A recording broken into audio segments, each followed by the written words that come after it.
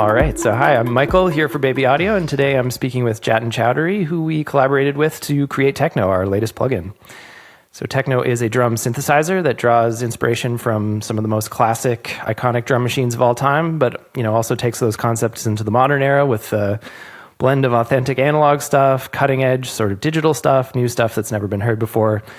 We're here to take a deep dive into the technology behind Techno and go under the hood to see how it works and what makes it sound the way it does. So how about we start with a little introduction? How about you tell me a bit about yourself and your research? Sure, yeah. So, like you said, my name's Jatin, and I've been developing plugins on and off for, I guess, probably like 7 or 8 years now, but more seriously for the last 5 years. I've been playing music for pretty much my whole life since I was very little, and so when I started learning about computers and engineering, it kind of felt like a nice way to combine the two interests and continue to make musical things and be a musical person, but also, I really like engineering work and kind of technical work too. And I guess with my research, I've worked on a number of different things, but probably most commonly worked on like analog modeling type of research and just different signal processing techniques that I think will sound cool or have cool possibilities for when you give them to musicians and then let them run wild. So that's really what I'm interested in. Nice. So just in your own words, what is Techno and how did the idea come about?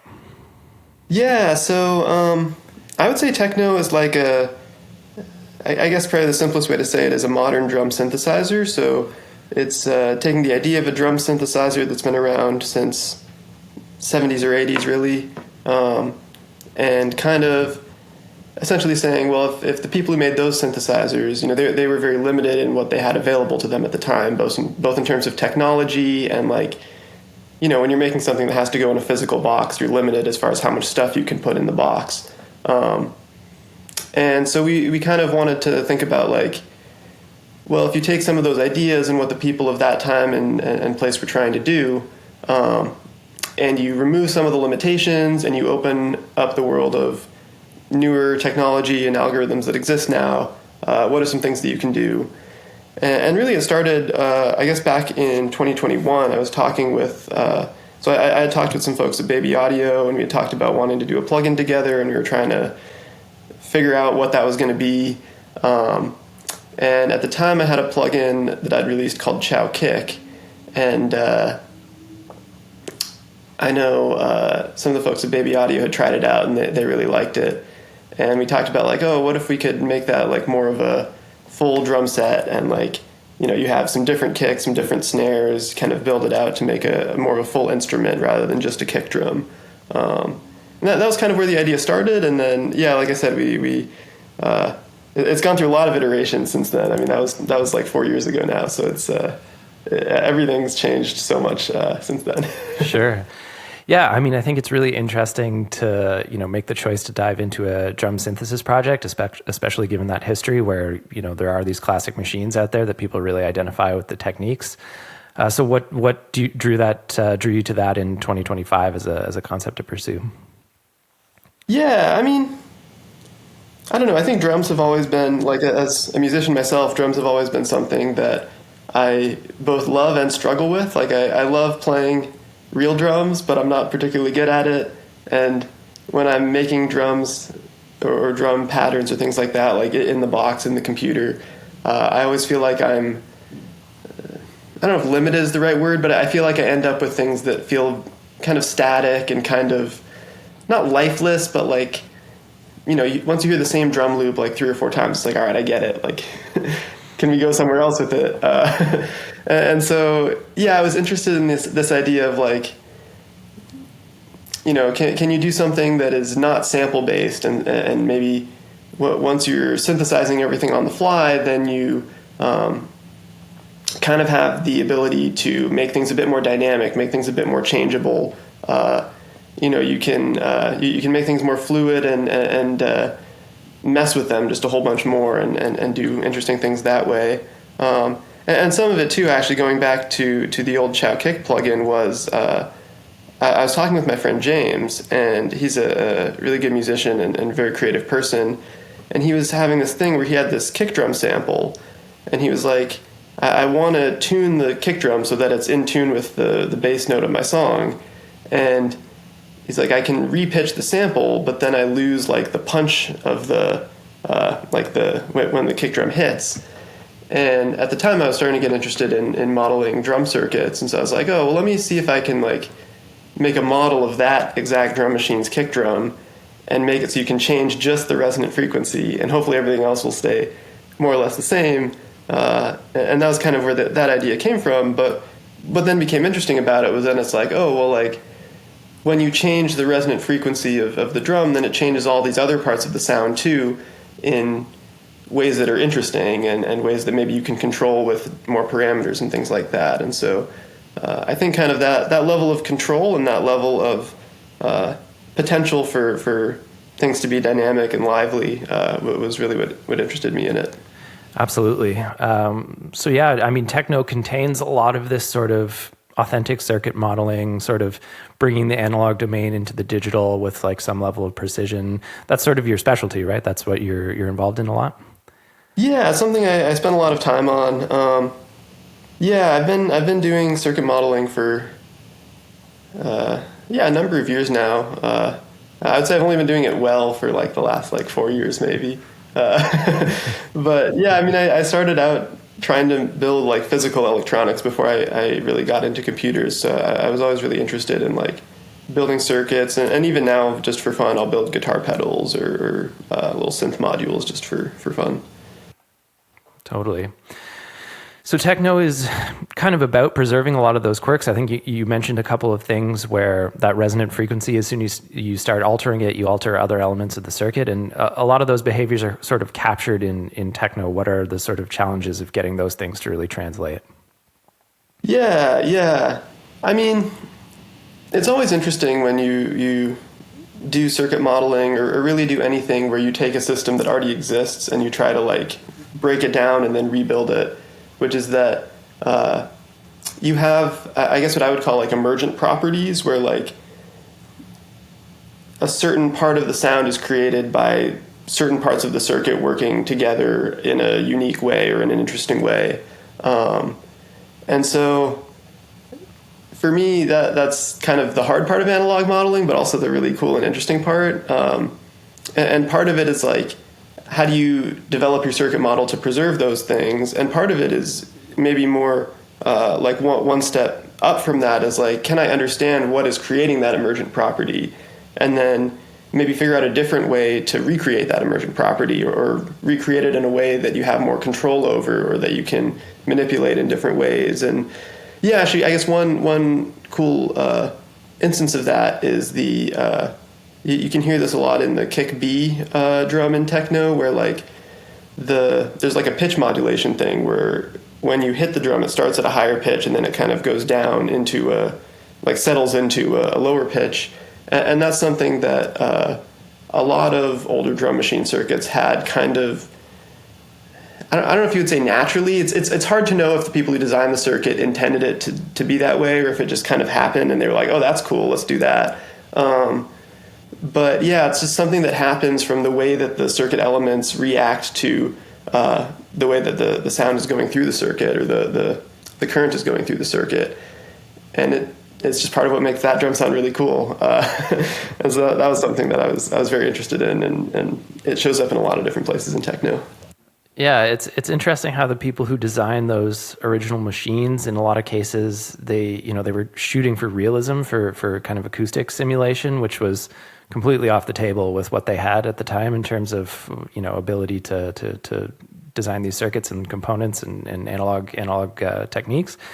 But what they ended up with was something that became really iconic. So there's these sort of quirks and accidents and limitations, and that stuff's all very part of the analog world. And bringing that into digital is, to me, that's what's really exciting about the plugin. Definitely, yeah, and it's fun too because like that's kind of always what happens with like back in the day they were recording on tape, not because they necessarily wanted that sound, but just because that's the technology they had. And then that particular sound became something that people really liked. And I think even today with digital, that's true, where it's like, oh, you have a poor quality MP3, well, that's a sound in itself, or something like that. And hopefully that's true of techno too. Like whatever weird quirks or even like mistakes that are in there are probably what people are going to find really interesting and do cool things with. So. Cool. Well, yeah, let's maybe talk a little bit about how sort of classic analog drum machines even work. Like there is sort of a mechanism underlying the sort of, general signal flow of a drum voice that's appears across techno in a couple of different places. So yeah, with a lot of like classic drum machines, it's a little different from drum machine to drum machine, but with a lot of the analog ones, kind of the way that they worked under the hood was you would have like your sequencer or whatever kind of input mechanism was defining when the drums would play. And whenever you decide, okay, I need to play this drum, the circuits would generate a little pulse. I think the kind of time scale generally is like 1 millisecond or something pretty short like that. And then generally what would happen was you would have the pulse, you would go through usually what they call like a pulse shaper circuit, which kind of filters the pulse and gives it a slightly different tone, and then that would go into like a resonant filter. And so a lot of kicks and snares and things like that are kind of generated in that way, where you have like this pulse and then a resonant filter. And then for snares and then also like cymbals and hi-hats and things like that, a lot of times you have this kind of noise part of the circuit as well, where there's some you generate some essentially white noise, and then you filter it and you have some envelope applied to it in some way. And those envelopes, especially in these classic drum machines, are really funky circuits that behave in cool ways. And it's a really fun part of the sound. Yeah, so the resonant filter thing was something that I wasn't actually aware of, that, you're not actually listening to an oscillator in a lot of cases when you're hearing like a bass drum. It's actually just the resonance of a filter, and it's being excited by that pulse signal. And then there is some trickery going on there there's like a little bit of feedback in a lot of cases to the resonant filter, which is emphasizing some of the tonal qualities. Definitely, yeah. There's some feedback, and that affects both the tone and also like the, especially for the kick drums, like how long it rings out for.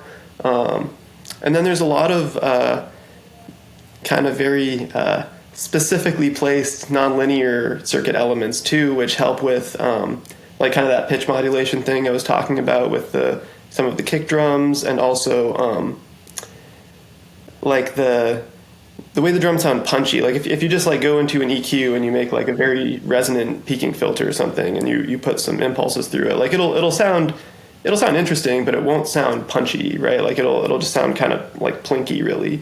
But once you start getting those, at least in a lot of these old drum circuits, a lot of transistors, a lot of diodes and things like that, you can kind of like create this cool sound where it's like kind of crunchy at the very start and kind of distorted at the very start, which to our ears, like, it creates these higher harmonics. It sounds really punchy. And then as it rings out, it kind of cleans up a little bit, maybe not too much. You still want some, you still want some, I don't know what the right word for it is. You still want some girth to it, even as it rings out, right?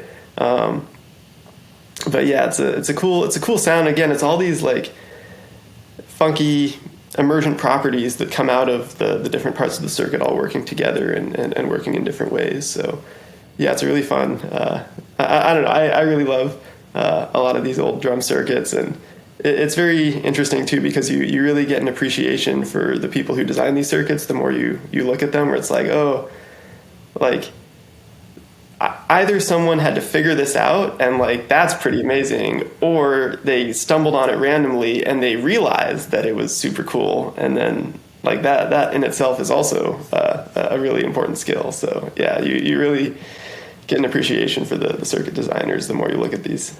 Yeah, total trailblazers. So, I mean, we have those analog approaches in there, which, it's great to have those modeled. And, to me, I really feel the analog character when I hear it. Like it sounds to me like almost like when I've tried like a boutique drum machine or something, like that's all analog hardware, like that. It has that feel to me, which I think is really authentic and great. But then there are some elements where we decided to kind of, abandon a bit of the analog approach and maybe go into a little more hybrid situation with some digital elements as well. What specifically did we run into there? Yeah, definitely. So that was something, again, that we kind of talked about early on with the team, where it was like, okay, there's some things where it's like the people who designed these circuits, they did it this way because they had to, because that was what they had available to them, and that was, what would work within their limitations.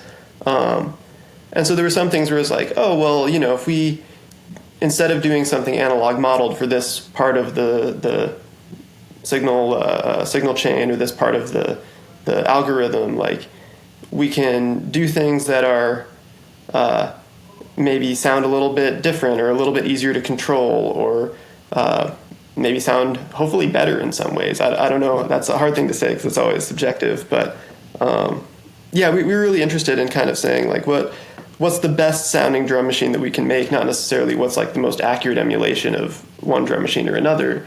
So where that manifests in a few places. So there's some of the drums in techno, you have these resonant filters that in a analog drum machine it would be an actual analog circuit, and then maybe you could model. But in some of the drums in techno, we just use a plain digital filter with some extra spice in it. I don't want to give too much away, but there's some fun modifications that we do to make them sound more interesting and have some interesting properties. I think Kick A is a really nice example of that, where it's a analog style pulse shaper going into a digital filter, but like a wacky digital filter that doesn't sound very very normal at all. And then the other ones that the other voices where that really came into play were like the hats and the cymbals. I know even just reading when you're able to read like some things that the actual designers of some of the old like analog drum machines talked about, like the people who designed those drum machines have talked about like, oh, it was hard to make the cymbals and the hi-hats in a way that we thought sounded realistic, and of course they did the best they could, and they came out with these sounds that are unique and interesting in their own ways and musically useful in their own ways. But then even as you go into like later drum machines that are still mostly analog, sometimes they would use samples or other more digital techniques for generating the cymbals, or the digital techniques that they had available to them at the time. And so I did a few more like purely digital things for the hats and the cymbals. I don't know. Hats are always tricky for me because I feel like I'm never happy with how hi-hats sound ever, like even like real hi-hats in the physical world. So I really tried to kind of find interesting ways to manipulate those that can take on a lot of different forms and a lot of different sounds, so that hopefully eventually I'll find something I'm more happy with. But it's always interesting kind of making that choice to deviate from something analog. But I think for a lot of those voices, it really is useful, just because it feels, sometimes when you're doing analog modeling for certain circuits, it feels like you're making your life harder just by trying to stick to something that you could do more easily in the digital world, or you could do in a way that is potentially better in the digital world. I mean, I don't know, again, better is a hard word to say, but I mean, everyone using techno is going to be making music on their computer, so clearly they think something's better about the digital world. True.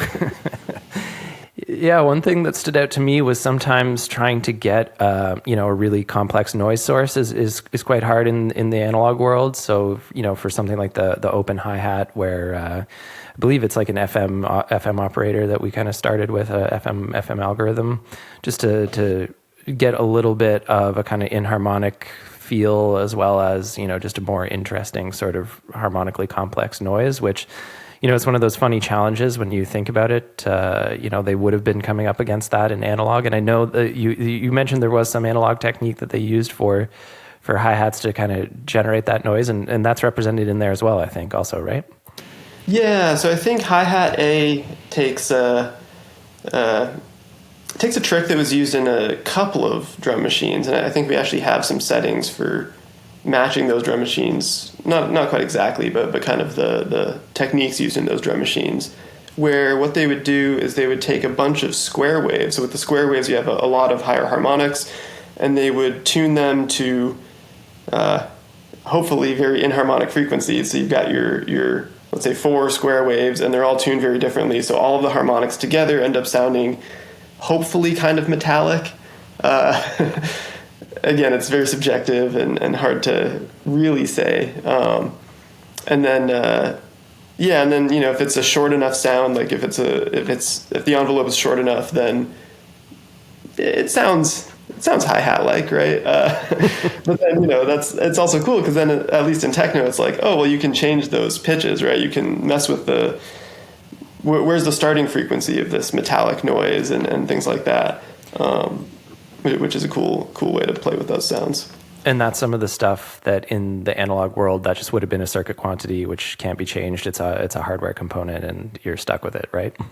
Yeah, it might have been possible to put some controls on that, but I don't think I know of any analog drum machines that do. I mean, they were also limited in like how many knobs can you put on this thing, right?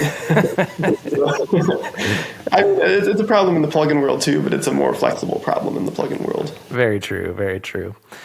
Well, with that, maybe we should dive into the plugin and take a quick look and hear some sounds and maybe talk through some of the voices. For sure, yeah. Well, yeah, I've got a preset here from Francis Breve, one of the preset creators for Techno, who also provided a little bit of MIDI to show this one off, which I think would be a great way to just hear kind of what's going on with Techno. So maybe I'll just give that a quick play. We'll listen to it, and then we can start talking about some of the voices. Sounds good.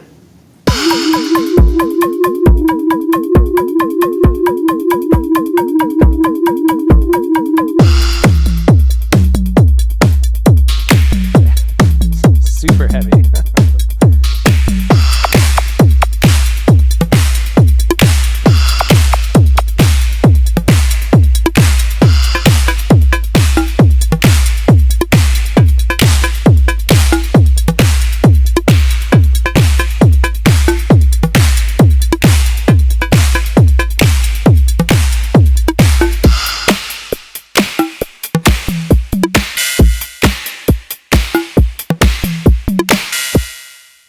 Cool. So kind of a good mix of stuff in there. Like a lot of the classic sounds, I feel like this kick, that's just pure classic drum machine. Yeah. Yeah. Can you talk a little bit about that one? I know you were mentioning some of the basics, but yeah, we talk through it a bit. That'd be great.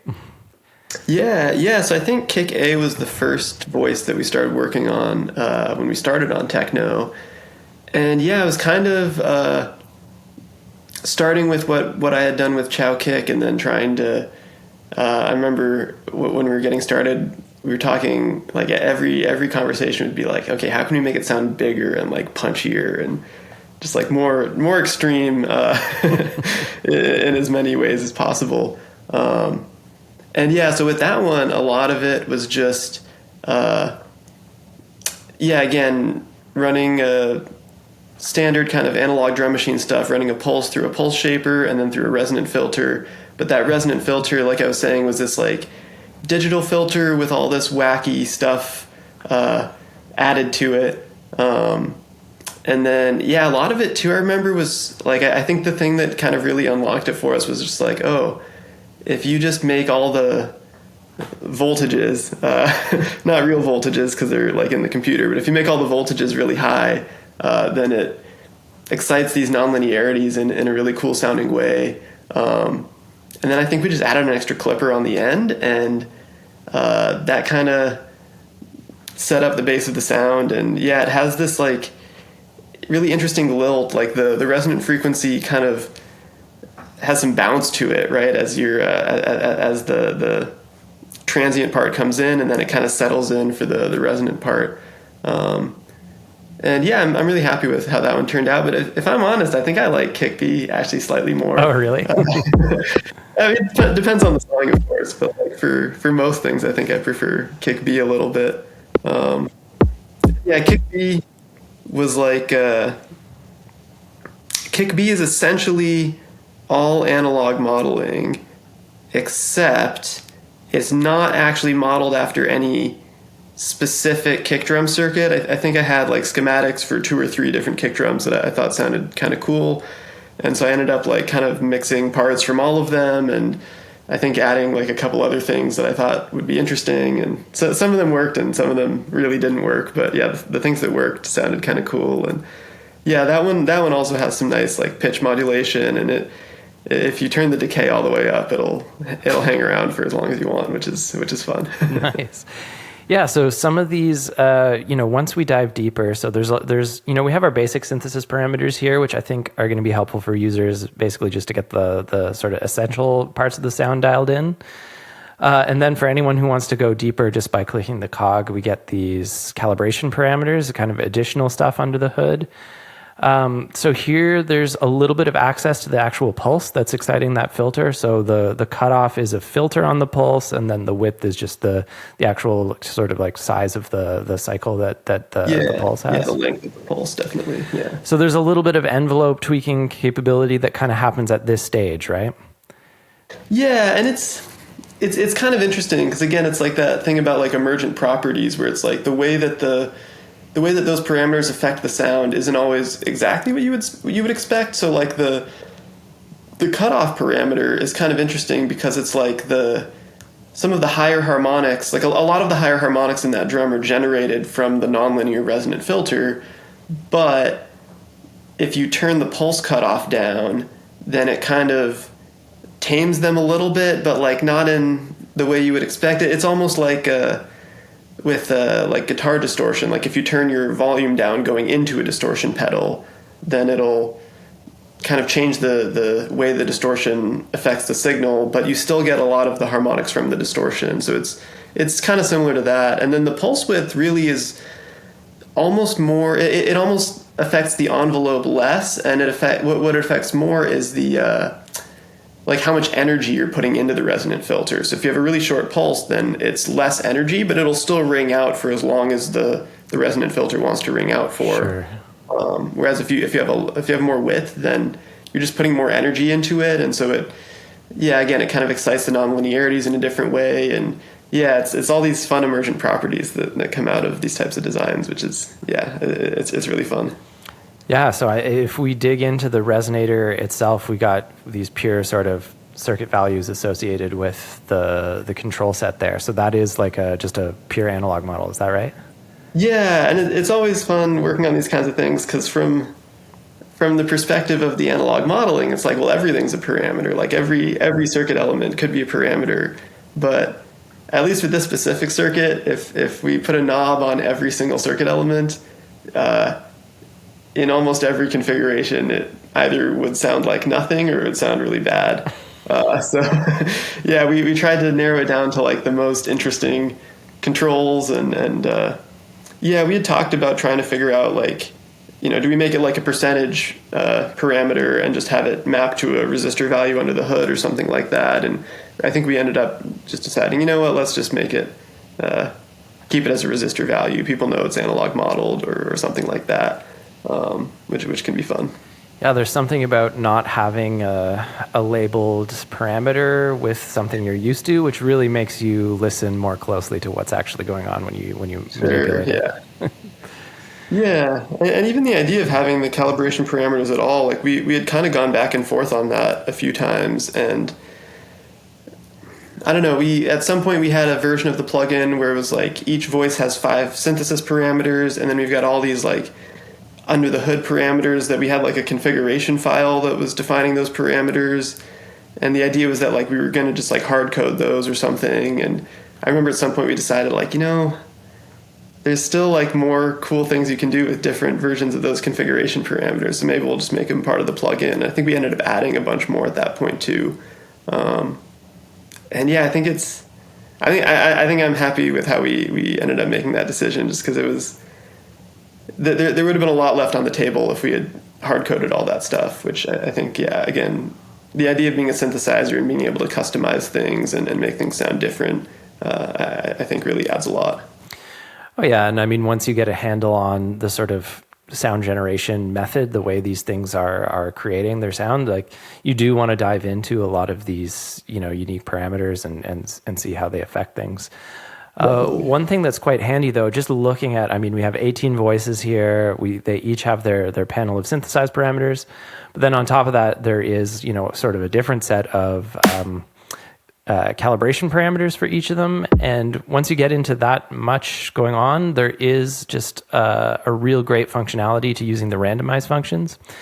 Sure, yeah. So just to give like a quick demonstration of what's going on, to hit the dice icon, and there's several. We have one for the main voice window, one for the calibration parameters, one for the synthesize and effects. Of course, the main one will randomize everything that's visible on the regular click, and then on a control click, it'll give you the entire plugin's parameters randomized. And for people who just want to generate new sounds, which I think a lot of people, they want to discover what a plugin can do, and they don't really have the total amount of time available to dig through everything that it can do. That this is just great, and I'll try some parameters here. We'll see what we get with some randomizations using this pattern, but can always go back to our preset here. But let's just try a few. So this is. I got the humanized parameters up too. So I'll talk about this too really quick. So this is a unique thing that's part of Techno, which I think a lot of people will have fun with. So this basically allows for a little bit of controlled sort of variation between hits. So, as we're talking about synthesis and this ability that, synthesized drums have to sort of be created on the spot for every single hit, there's a lot of variation that can be added there. And there is variation that comes from the analog circuits, and we can go and exaggerate that quite a bit. So within this menu, we have a time humanized function and an accent, which I think are pretty straightforward for people. Time is just a slight shift in the actual time that the pulse gets triggered for the voices, and then accent just gives you a little bit of variation in terms of the strength of the hits from hit to hit. But then parameters actually introduces some drift between the values that are set. So you can hear it here where the drift is up fairly high, and then there's a sort of a tonal component that's going up and down. And I'll just play it again because it sounded really cool there. So I think that's the block, right? That's doing that? Yeah. Yeah. So, that might be a little exaggerated for a lot of people, but I think that's really cool. Can you talk a little bit about the humanized stuff and what you did there?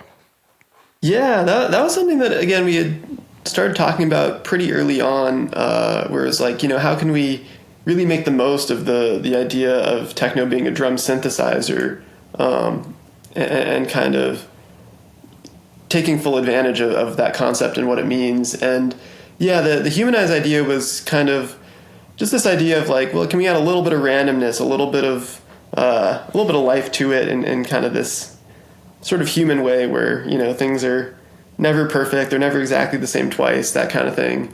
And then so at the time I think we had just talked about doing the timing and the accents and things like that, and then actually pretty close to the end of the development process, I forget who suggested it, but at some point we had this idea to like, we should also like just modulate the parameters a little bit and let them kind of drift a little bit from hit to hit, and that creates some sometimes like really so sometimes it's really subtle, like it's like you have to really strain to hear it, and sometimes like there it's like very like, that's obvious, that's that's changing a lot. But again, I think that kind of balance, right? Like you don't want it too subtle, you want it to be noticeable, that it's got some dynamicism to it and some life to it, but you probably don't want it to be over the top, or maybe you do want it to be over the top, and that's a sound in itself. And then the other thing that was kind of a late addition, which is a little bit related, is the swing the swing functionality, which I remember when someone suggested that, I was like, that seems like it's going to be really hard to do, and I was kind of like dragging my feet on it, and then I spent like an hour on it, and I was like, that's my favorite part now. I like that a lot. Yeah, let me go to the main beat and just add a little bit of that. So let's hear it.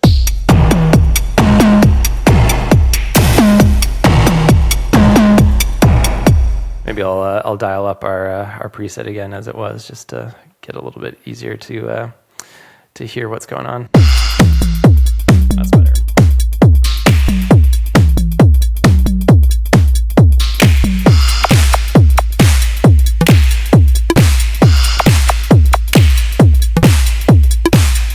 Yeah, so you really hear it in the hats in that pattern, and it's really good. To me, I was sort of experimenting when I was testing the plugin, getting into trying some of the DAW sequencer swing, and it really just doesn't quite sound like this to me. And I think you've done a really great job of capturing a good swing feel.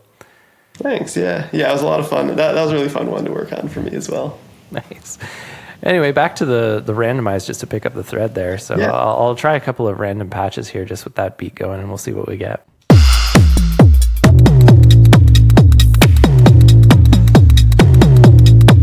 Like, it feels totally usable, you know, like that's just a cool variation that, you know, it exposes different parts of the pattern and starts to feel really interesting. Here's another one.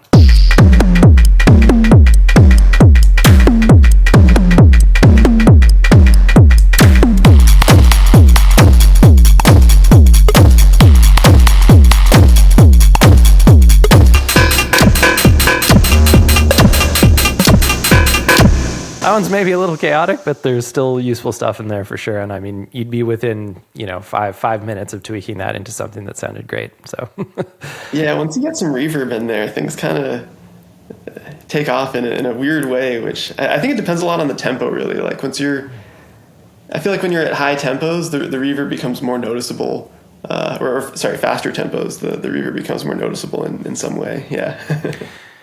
So yeah, let's maybe talk a little bit about the effects as well, because that's a big part of the sound.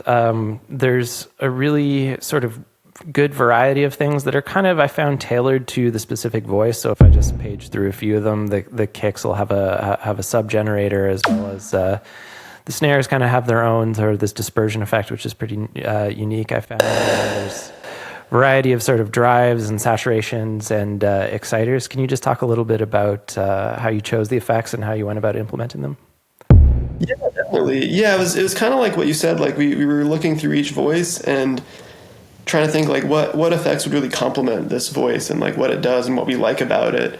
I think a lot of voices have the exciter. That one really helps just with like that kind of that punch, that transient, like really getting it to pop out.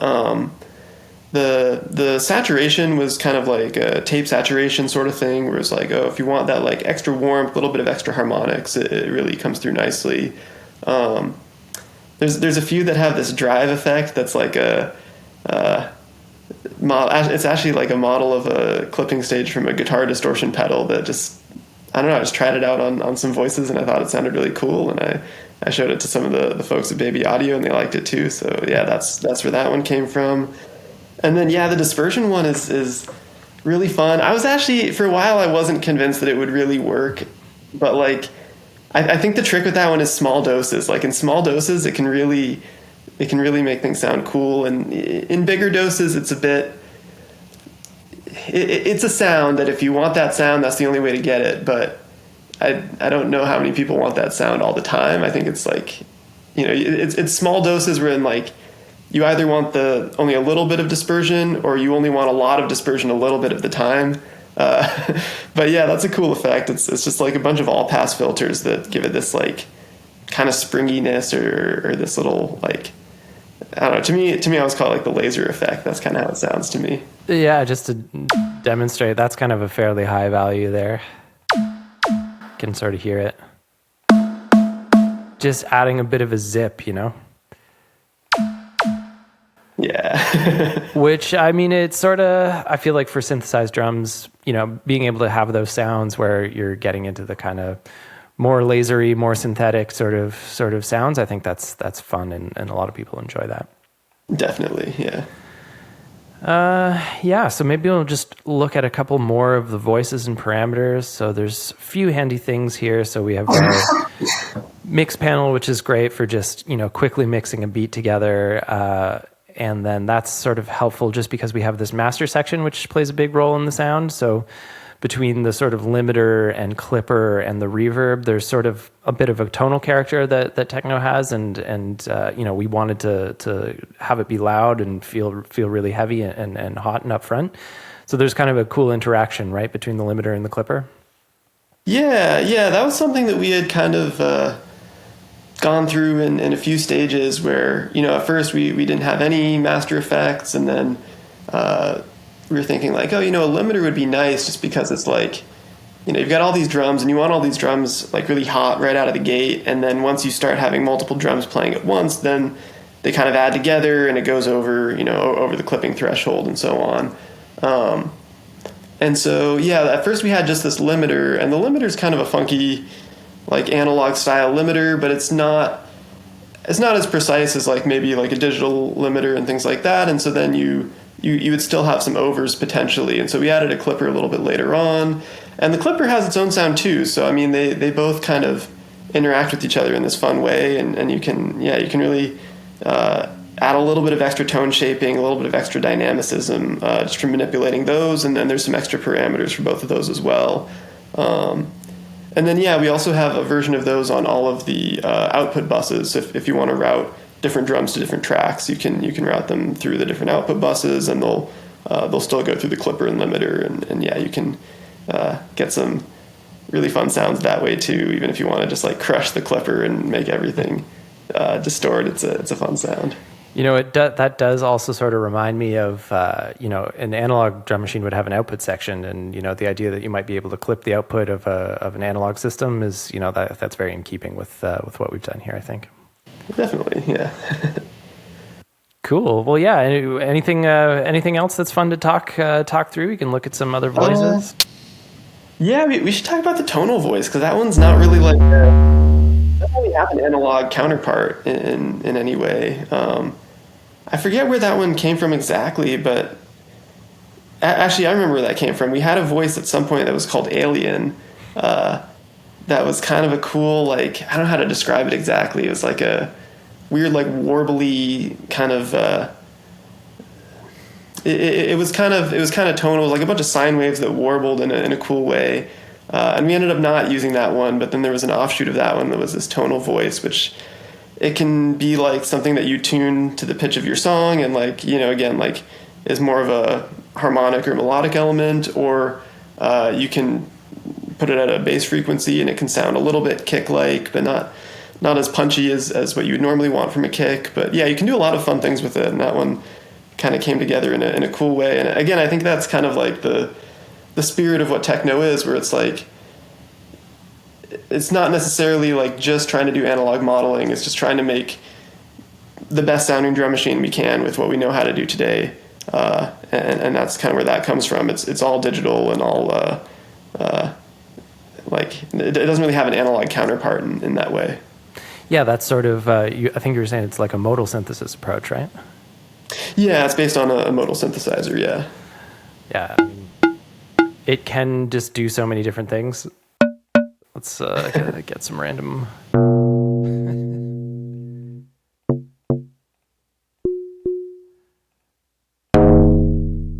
Yeah, that's a lot of fun. I think there's a great place for those sort of, borderline melodic sort of sounds within a drum kit, and that's just kind of the perfect complement to the rest of the percussion, I find. For sure, yeah. And then the clap had kind of a unique thing going on as well.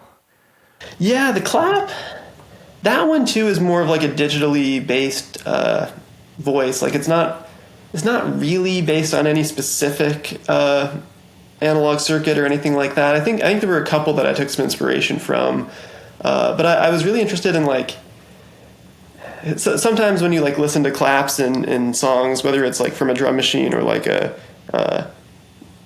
something where they've recorded a bunch of humans clapping, something that I always find really interesting is like, does it sound like a couple of people clapping in a room, or does it sound like so many people clapping at once that like you can't really keep track anymore? And so I was trying to like think about like, how can you control that in a musical way and kind of give people that option. So there's this funky hands parameter, which is like how many hands do you want clapping at once, which is kind of a fun thing.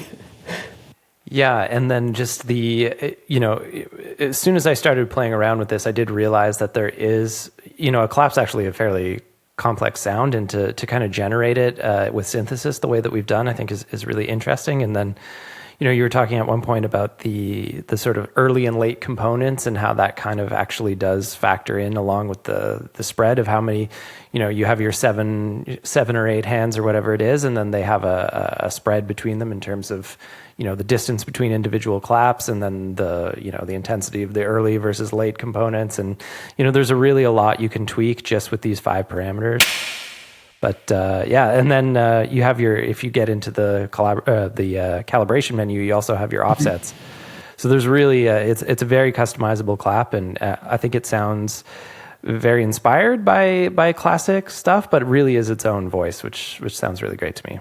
Yeah, I think it's a good mix of like trying to do things in with kind of like an old school sound, but with like a very human way of thinking about it, I guess. I don't know.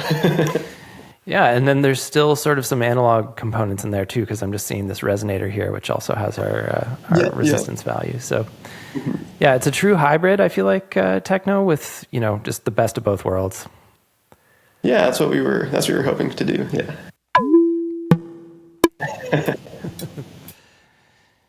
Well, yeah. Anything else? Anything else you want to comment on? Anything else that we missed that would be fun to talk about? Yeah, I think that's all the important stuff. Everything else people can discover for themselves. Yeah. Nice. Well, yeah. Just for like kind of a couple final questions here. So, would you have any sort of programming advice for anyone who is diving into working with Techno and creating patches? Do you have any sort of directions for people to explore or ways to interact with the plugin? Yeah, I mean, I don't know. I'm always a little bit hesitant to give advice on that kind of thing, just because I feel like every time I've seen someone do something cool with like one of my plugins, it's always something that I would have probably told them not to do if I had the opportunity to talk with them. But like, people always find things that I'm like, oh, I never would have even thought to do that, and it ends up being the coolest thing, and sometimes the things I end up liking most about those plugins. But yeah, maybe just a thing to think about is like try to make it as dynamic as possible. Like don't just think about like, oh, how do I want my kick to sound, and like try to dial in your kick sound exactly and be like, okay, I want every kick to sound like that. I would think about it more like, how do I want my kick to change over the course of my song or over the course of my drum loop or something like that. So yeah, think about what parts you want to have static and what parts you want to be changing. I think that will lead to some cool sounds. Yeah, definitely.